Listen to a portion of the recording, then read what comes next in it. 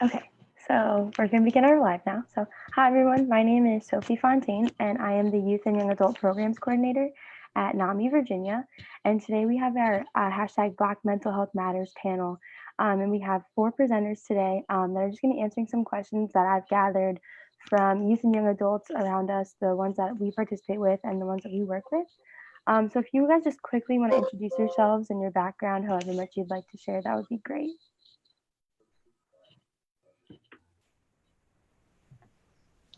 Hi, I'm Jasmine Boatwright. I'm the Youth Programs Coordinator with Youth Move National. I have a background in being a youth coordinator within our Wayne County system of care for about 16 years. So I've done youth coordination, community organizing, and a host of other things youth related. Good afternoon. I want to say good morning. My name is Daryl Fraser, and I'm a licensed clinical social worker.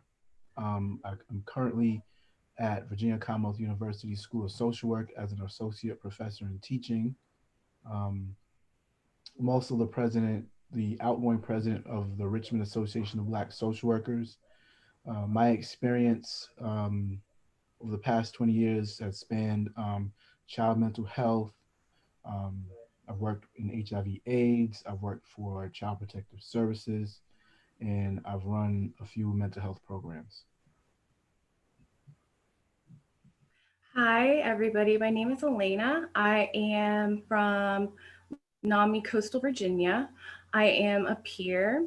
I am a facilitator for Connection Support Group, an interim voice presenter, and chair of the Minority Outreach Committee.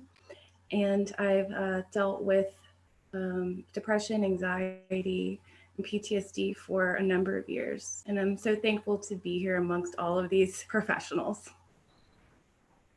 Likewise. Hi, everyone. I'm Dr. Fantasy Lozada, and I'm an assistant professor of psychology at Virginia Commonwealth University. And I come to this with my research background being in the social and emotional health and development of Black and Brown children, and thinking about culturally relevant ways of conceptualizing social and emotional competence and skills, and what that means for mental health outcomes for Black and Brown youth. We have a wide variety of people here. It's very exciting. So my first question is, so I have been ingesting so many stories and so many experiences. And the one common theme I see that's coming up a lot is people saying they don't know how to answer when someone asks them how they're doing. With the events that are going on right now, it can be really difficult to label your emotions. So I just kind of want to address that in ways that maybe friends and family and allies could ask, how are you doing or how are you feeling? And on the other hand, answering when you just don't know, or just addressing the question of how are you in a way. I think that's a really good question. Um, I think sometimes it depends on who's asking you, right? Because we're conditioned, I would even say as children, when people ask us how we're doing, the first thing we say is fine, right? Fine, we're fine, we're fine. And then I can say the conditioning continues, right? So, like how we typically and historically have conditioned boys, right, versus girls to actually express their emotions, right? And I would say that I'm guilty of the same, like in terms of parenting, right? In terms of like, if my son falls down, it's like, get up and pick yourself up. And if my daughter falls down, I'm picking her up and I'm consoling her. And I think, that kind of translates to even today where like most men, I'm not gonna say all men, but a lot of men have a hard time expressing their true emotions. And then I would add on to that, right? What it means to be black in certain environments and being able to express your full range of emotions, because oftentimes we don't ever want to be seen like the angry black man or the angry black woman, right? So I think part of this is it's a lot of confusion that's involved in that, and most people barely get the chance to actually authentically say I'm hurting or I'm sad or I'm angry, because a lot of times we're covering that up because we don't know how other people can handle that. So that's my perspective on that.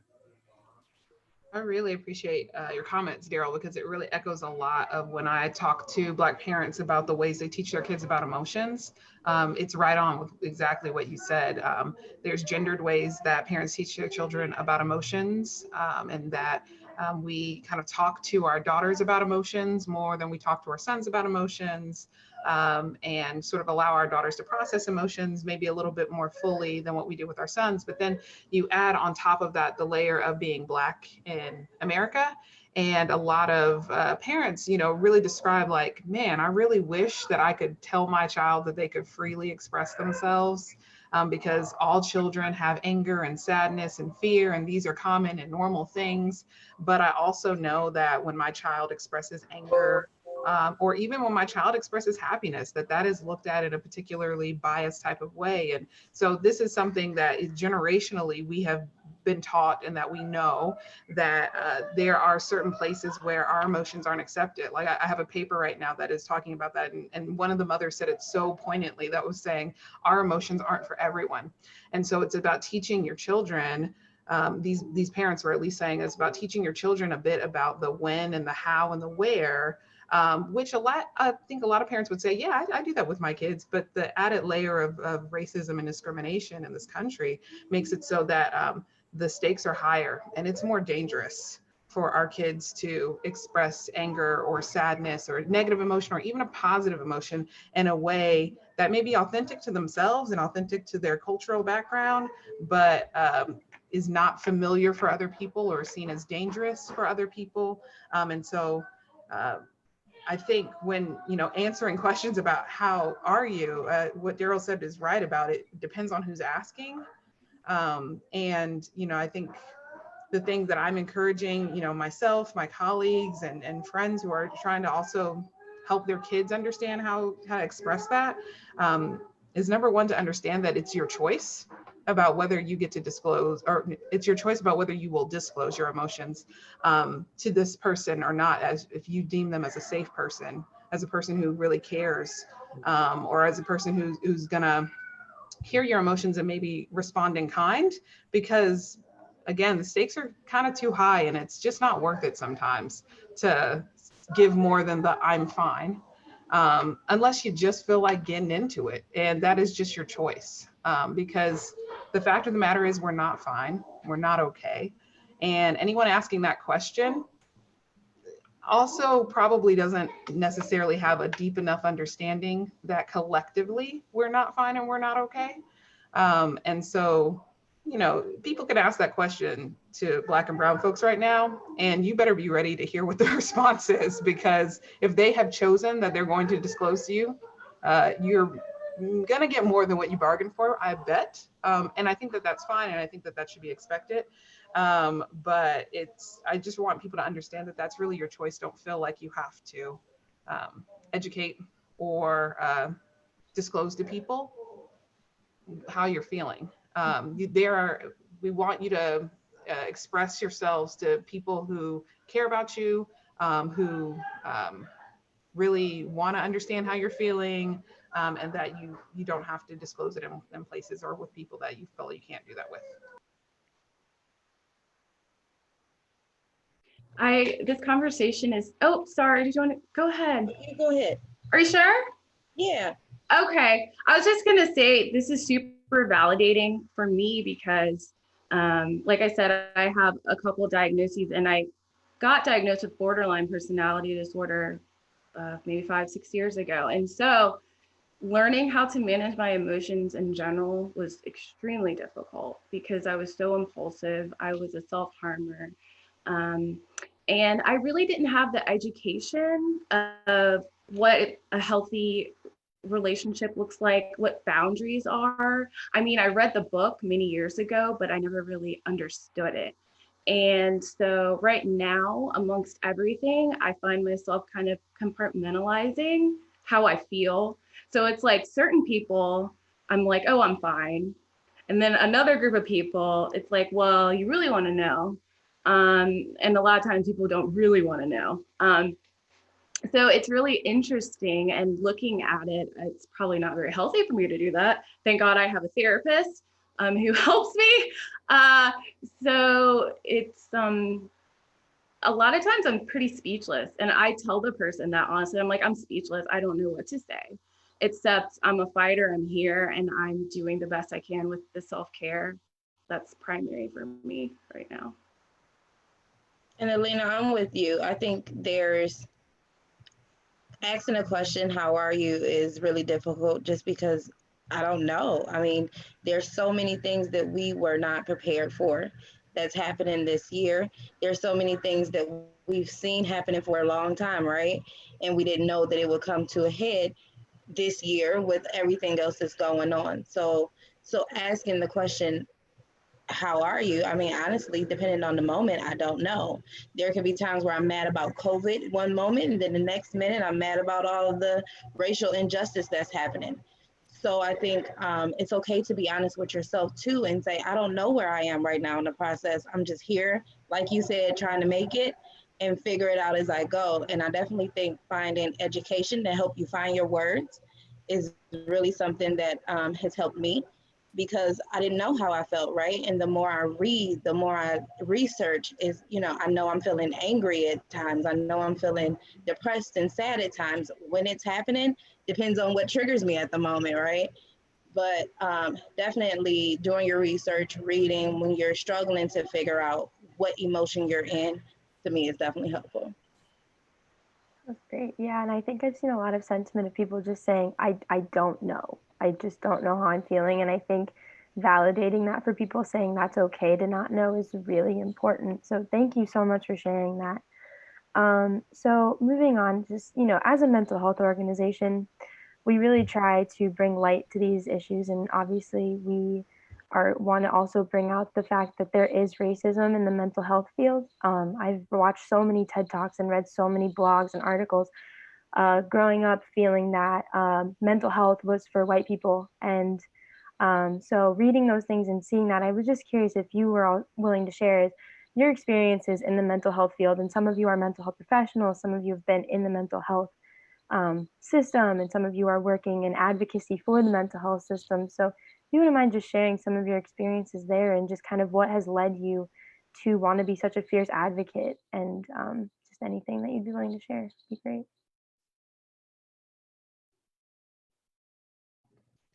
Oh, Sophie. So, what I think about is if you're talking about my experience, especially as being a Black woman in the mental health field, one of my experiences is that normally I'm the only Black at the table. So, a lots of times, right, there's added pressure to try to be the voice of those from my community who may be needing services or may need services changed, but I'm one voice, right? I'm not the voice for everyone. I think if we talk about um, my overall experience, I have seen, definitely I've seen racism in not just mental health, but systems in general. But I think what angers me the most is the lack of conversation, the inability to talk about race, the inability to just put a name on what's happening to Blacks in America. I think it's a disservice that mental health providers um, give when they refuse to talk about it. Right now, I was having a conversation earlier, and I feel like I'm rambling a little bit, but I was having a conversation earlier with one of our chapter leads, and our chapter lead was really um, upset because their agency hasn't said anything. Not only have they not said anything publicly, but they haven't even addressed the young people that they're working with. And one thing that we know for sure is 90% of the people that they're working with are Black people, and so how do we act like this does not exist? How do we act like young people are coming to work without this on their shoulders? And then they're supposed to support another young person's mental health. It's not fair. So I definitely see lack of support and a lack of willingness to have the conversation.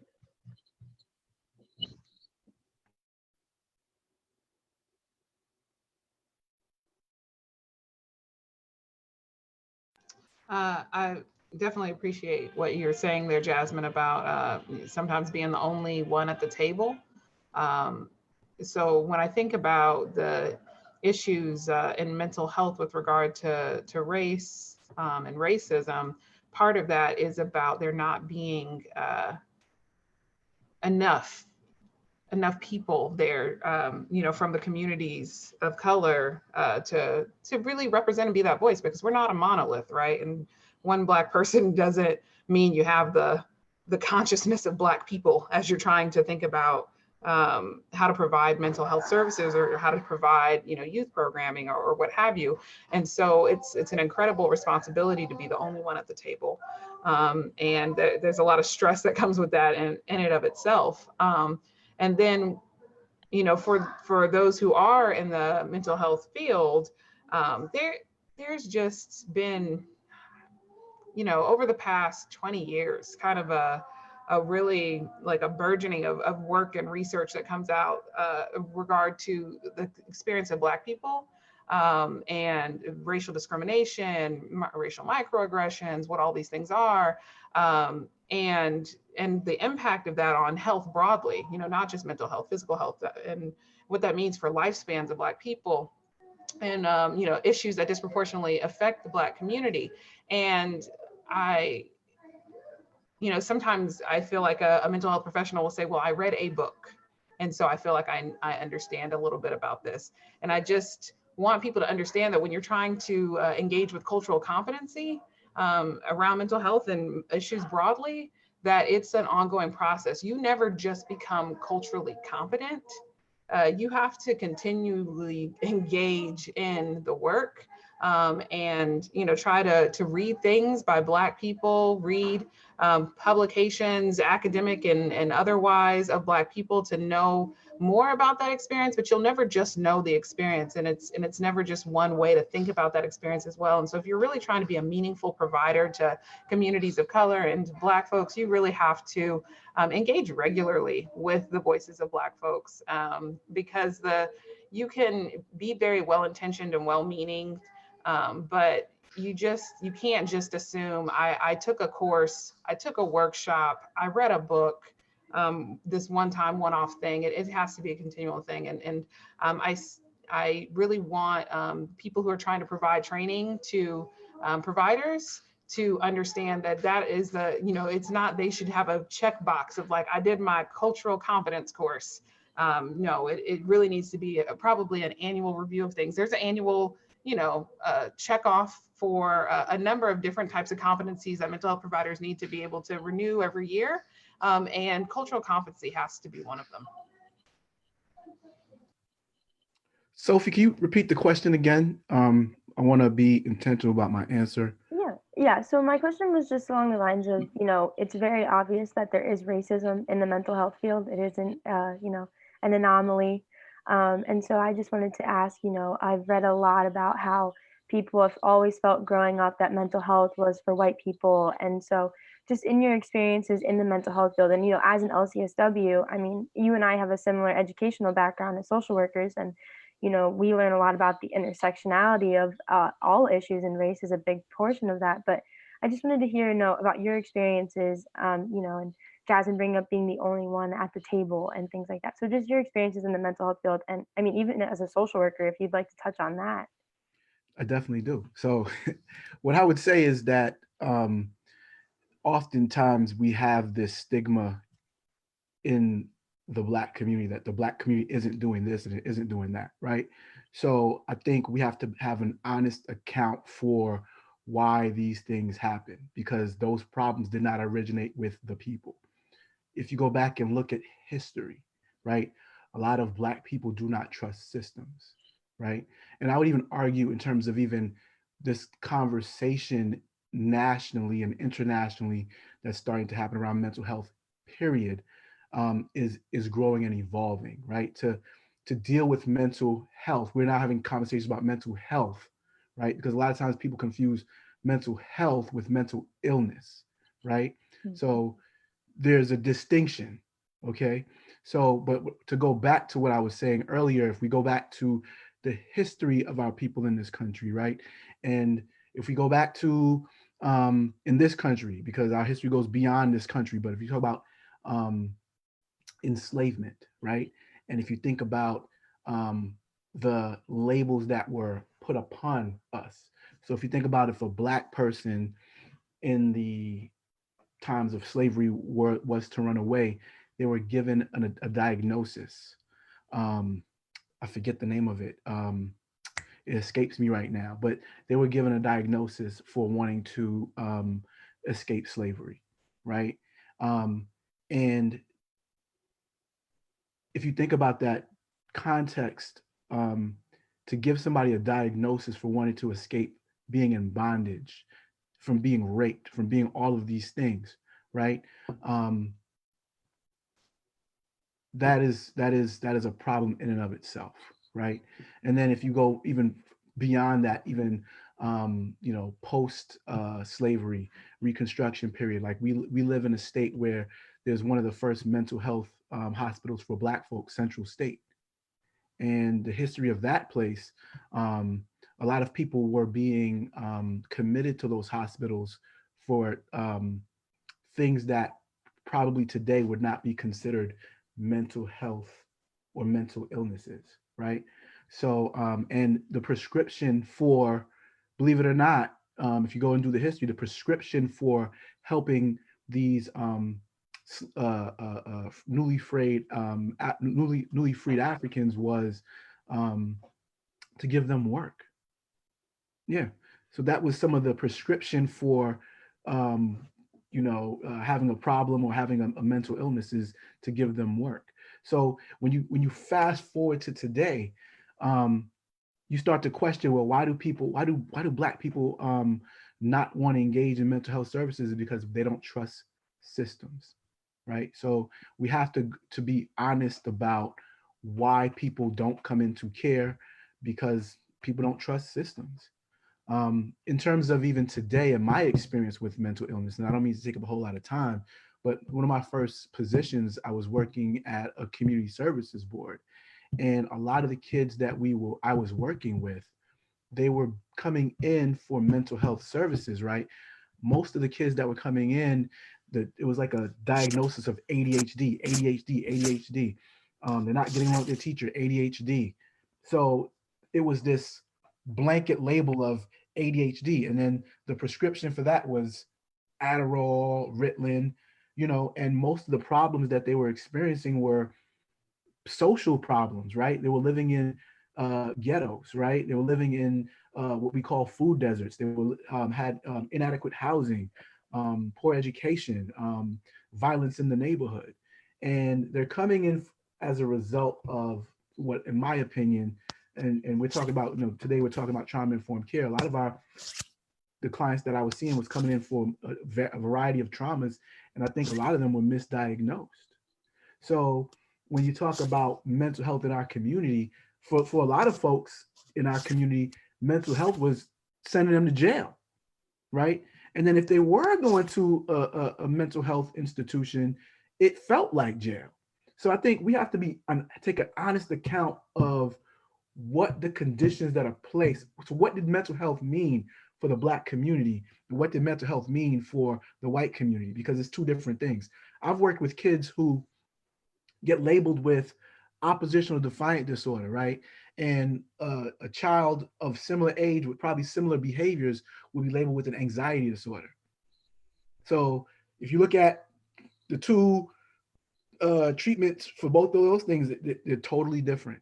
So I think we just have to take an honest account for what we're looking at and why people black people have responded to mental health systems in the way that they have. Yeah. May I touch on that briefly? Yeah. Okay. So in my perspective, so I was initially diagnosed with depression when I was 12, and told my parents basically I wanted to kill myself. I very blessed that I had parents who were like, she needs help. And part of the reason is because my mom, she's a retired school psychologist. And so she knew, this isn't just, this isn't Elena, this isn't how she operates. But long story short, I didn't really get the proper diagnoses until maybe 5 or 6 years ago. And that's when my recovery really began. And currently, I have a Black female therapist she's really literally changed my life. And part of it is the cultural competency part. And, we always say we're not our diagnoses. And looking back, I was bullied when I was in high school. And I still get this. I don't know if any of you guys have experienced this where, you talk like a white person. When I was 13, 14, it was very damaging to my identity. And so I really dealt with a lot of identity issues.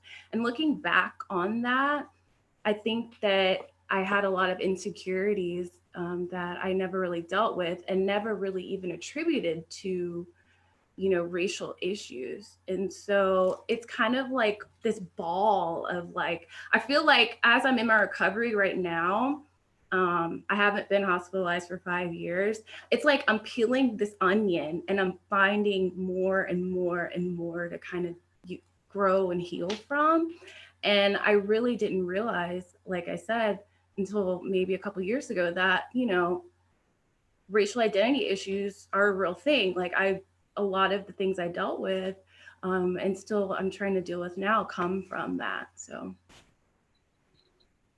Yeah, that was, wow, very moving. And I mean, as someone who I'm always like, I'm a social worker. I feel like I can know everything. I've been catching myself so often, like you were saying, Fantasy, that this isn't a one-time thing. This isn't like I did one piece and I'm done. It's a constant practice. So thank you guys for sharing that. I know that those situations are really hard to talk about. So thank you. And also, you all touched on cultural competency, and I think that that's a really important conversation. So if you have an idea and you wouldn't mind sharing, just in your mind, what does a culturally competent mental health system look like? And Daryl, you touched on, acknowledging the history of what mental health used to look like and what, labeling mental illness. But in your mind, what does a mental health system look like that it is culturally competent and it has cultural humility instead of cultural competency?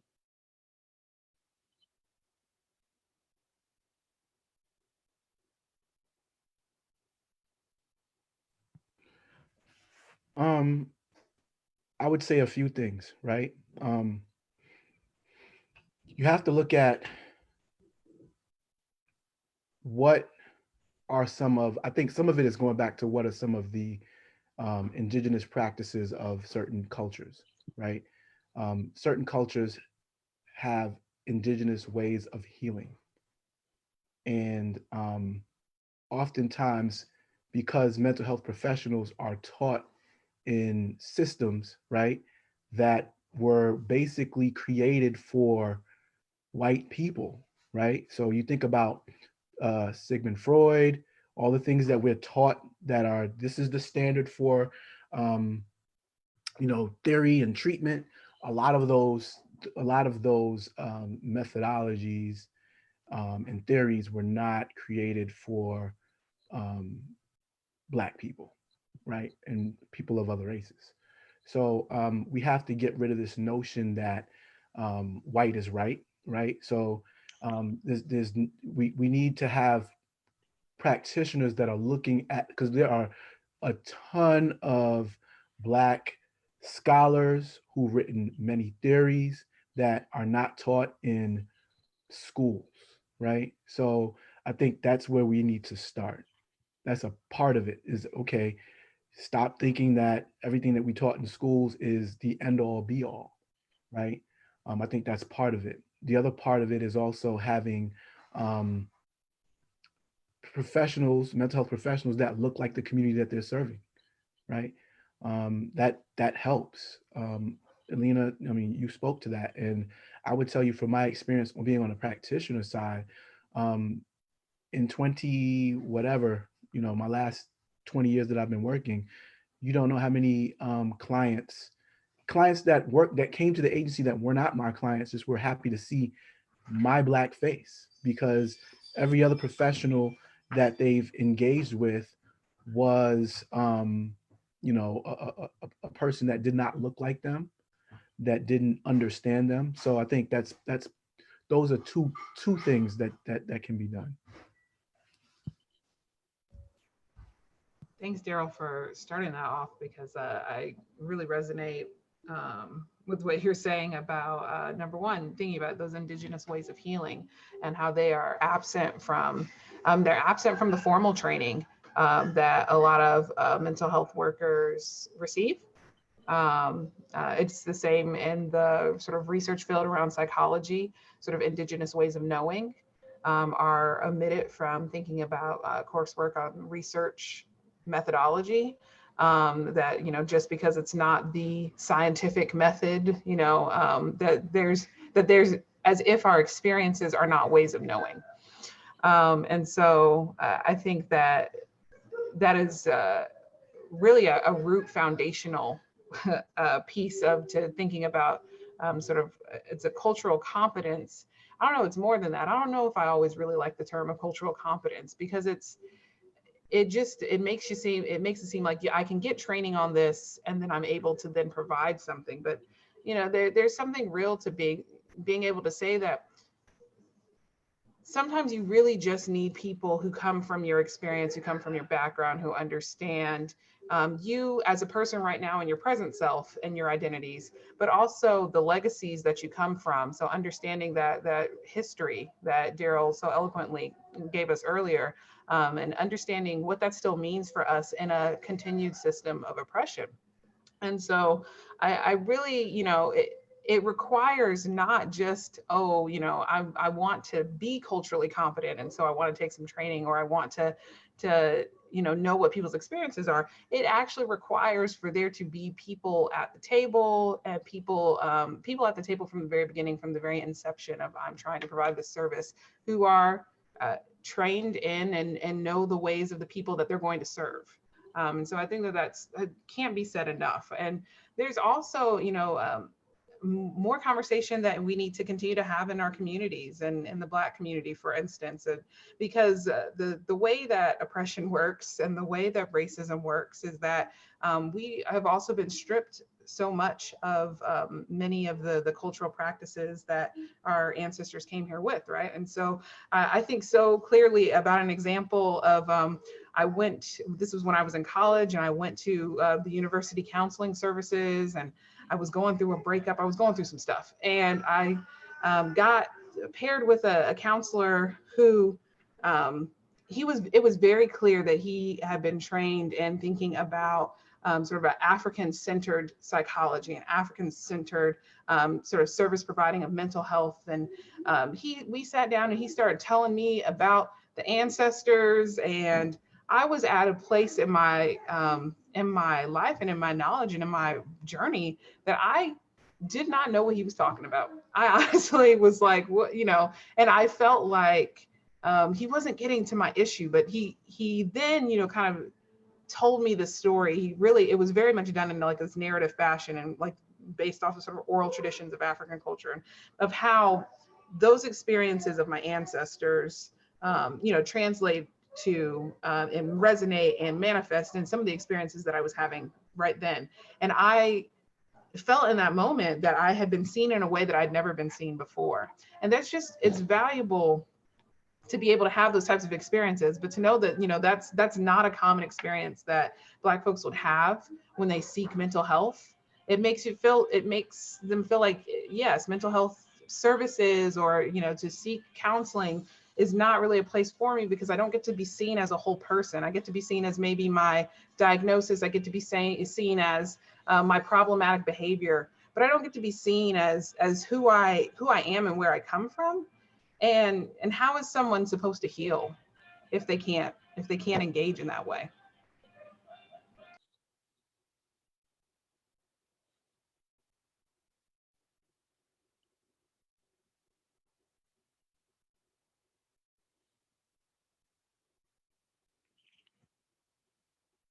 Did Alina or Jasmine, did you want to add to that at all? I just wanted to say the whole history thing is super fascinating. So, um, I was with my family over Thanksgiving at the Smithsonian, um, and they had, they had that museum, the African American History and Culture Museum, is amazing. And of course, I didn't get to go through everything because we were on time crunch. But what I saw, one of the things that I did see was, they had plantation set up. They had a huge cotton bale, like 50, 75 pounds, that a person would typically, have to fill at the end of the day.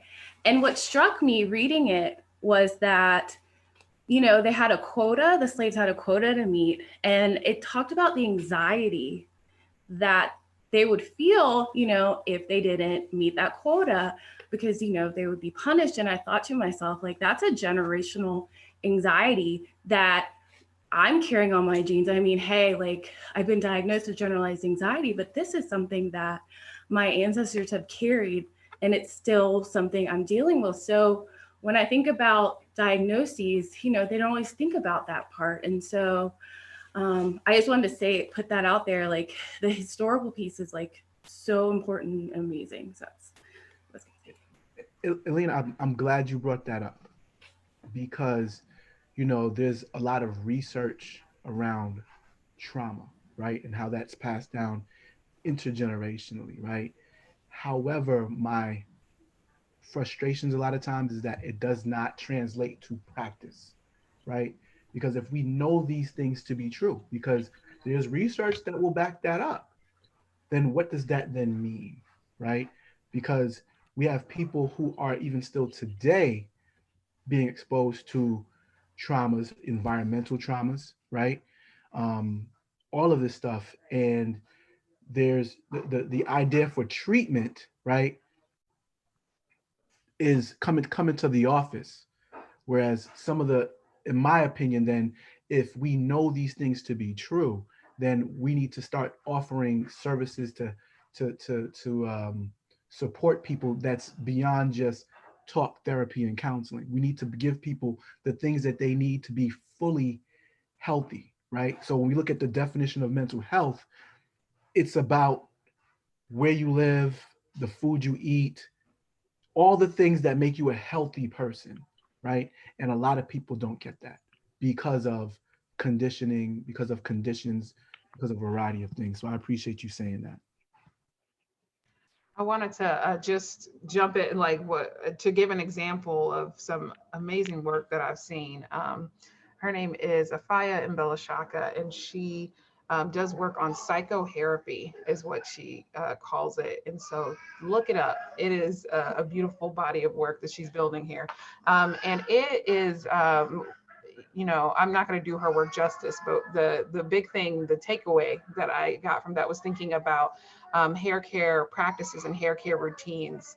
Um, you know, being rooted in sort of African experience and the ways that service can be provided to Black women in the hair care salon or in healing spaces that is where hair is being taken care of and braided, and this being like a form of intimacy in a way that allows one to be able to share their experiences and to share their emotions. And like I said, it's just really beautiful work. So please look that up. But there are these other ways. I talked about ways of knowing, but ways of healing that really we need to make more widely available.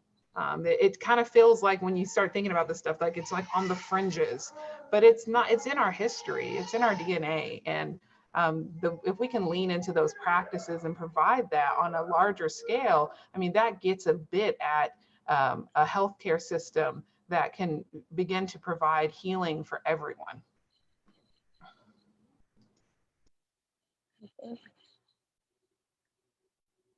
I just want to say one last thing because we're talking about holistic care and healing.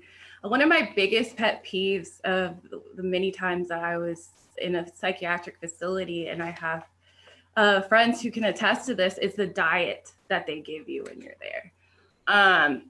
And not until I really started learning about nutrition did I realize the effect of food on your body and how that impacts your health. And so, You know, they feed you biscuits and gravy, they feed you tons of sugar, they give you decaf coffee, but it's not something that's going to be healing to your body and healing to your mind. And so I just love this conversation about the holistic aspect, because we are whole people. We're spiritual, we're physical, we're social. And we have to look at it. And not until I really started trying to integrate that into my life did I really begin recovery. And so I just love that idea of taking it from that holistic perspective.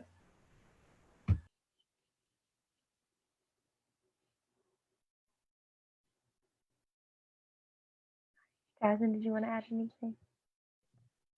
I think you all summed it up really nice. I think as we talk about holistic care, one thing that really shines bright and like a light to me in my head is the fact that although we have so much research and programs that have really made efforts to change how they're practicing on paper, I think there's a lack of accountability that makes this something that is practiced. And I think until we can figure out how to hold entities like organizations accountable in being culturally aware, I think we are going to continue to struggle. I think we have to have and find ways to engage more people of color in these conversations. And I think the more we do that, the more we find ways to build accountability and community.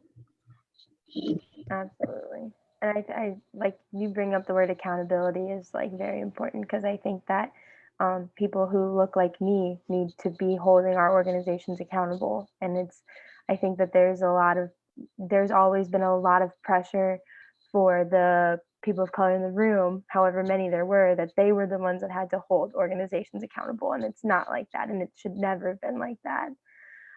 So just wrapping up, I know that this conversation is a lot and intense. And again, I just want to thank you all for participating. But I've seen a lot of people online saying that they want to give Black people the space to feel joy. So I just wanted to ask if you all could just share with me some things that just bring you joy in your life, because I think in this time it's really hard to see joy and feel happiness and love. So if you want to just share a couple of opportunities or things in your life that bring you joy, and then also if you want to provide our demographic is youth and young adults. So if you want to provide any books or research or people that you look up to that you think would be great for them to follow, or people that have helped you kind of through these times, please feel free to share those. I think although this is a heavy time, I think what brings me joy right now is to see all of the protests and things that are happening. I think it brings a ton of other emotions along with it, but to see all the protests that are happening, because one thing that I see that I have not seen before is that people are waking up, right? People are starting to see, conversations are starting to be had that we have been struggling for years to have. Um, those who did not understand what we were saying now have the opportunity to see, because now we are so advanced with technology. You can't deny the things that you have on tape. You can see things. So I think one thing that is bringing me joy is to see how people are waking up and trying to get involved and trying to have the conversation. And just on a personal level, of course, being around my family and my dogs bring me joy. I think right now more than anything, especially with COVID going on, um, it's important for me to still feel some type of grounded. And the only way that I can do that is by surrounding myself by my family members to at least see that, there's a lot going on, but we still have each other.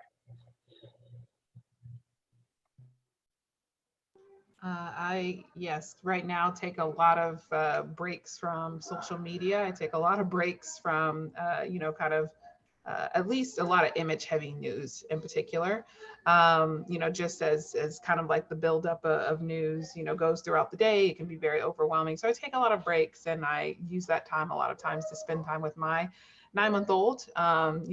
Nothing will make you forget about the world like chasing a 9-month-old on your knees throughout the house, especially when your knees start creaking. But it's a lot of fun to just enjoy him and to see the ways that he's growing and learning and viewing this world. But also, I also delve into fantasy worlds that represent Black people and are made by Black people. And so I do a lot of reading. And I just finished, well, I didn't just finish, but I have been thinking about getting back into the series Children, Blood and Bone by, it's a young adult series, Tomi Adeyemi.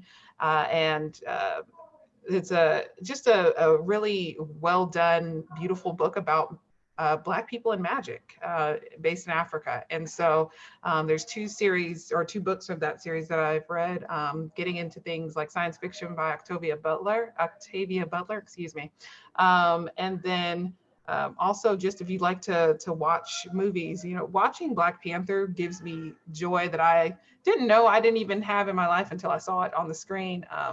Just for me, that's important to think about, seeing images and characters of Black people in these other ways as well, because it's part of sort of the Black creativity that is inherent in our culture, but also we're more than just our oppression. And this is a time where we are seeing a lot of social change, and that can be inspiring.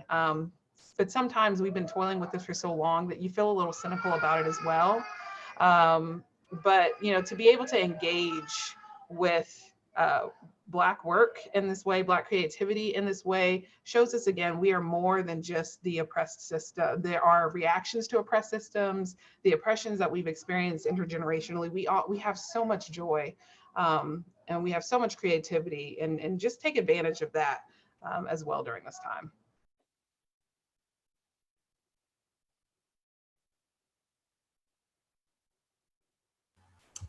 So for me, it's like, I have a lot of tools in my toolkit now, thankfully.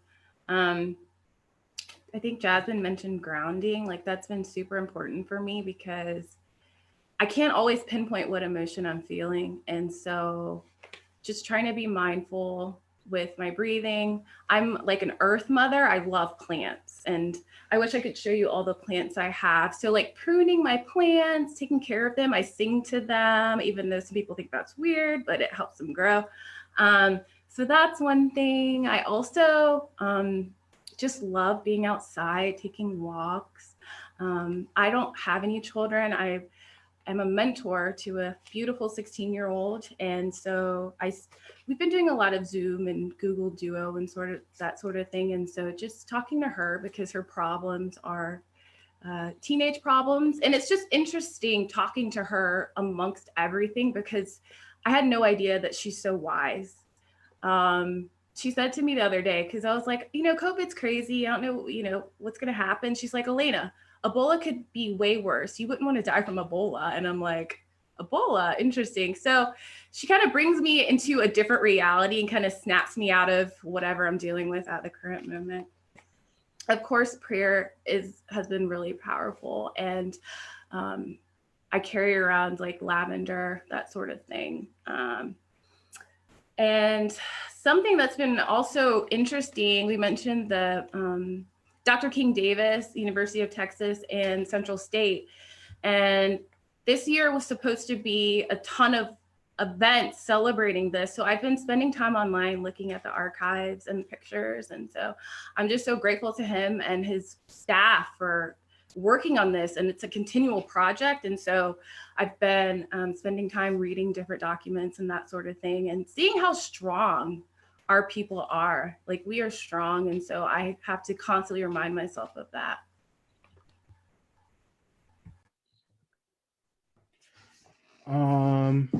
First, before I answer, I want to say thank you, Sophie, for coordinating this. And I want to thank you, Fantasy, Elena, and Jasmine, for being on this call.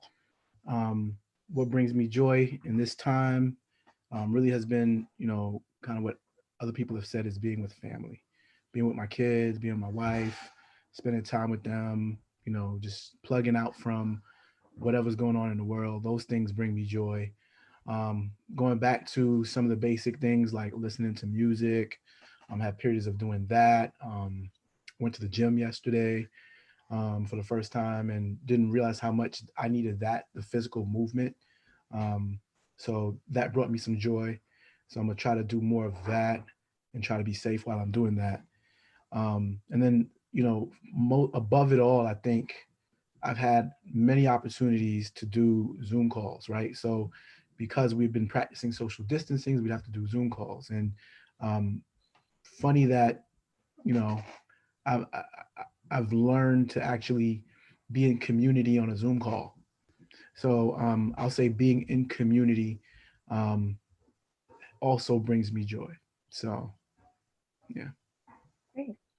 And I wrote down almost every recommendation you all had, and I'm gonna put that in the caption so everyone else can see those recommendations. Once again, thank you all so much for taking this time. I hope this was cathartic for you and could give you a sense of community right now, even though we do have to do it over Zoom. So again, just thank you all so much, and thank you to everyone who was watching. And there we go.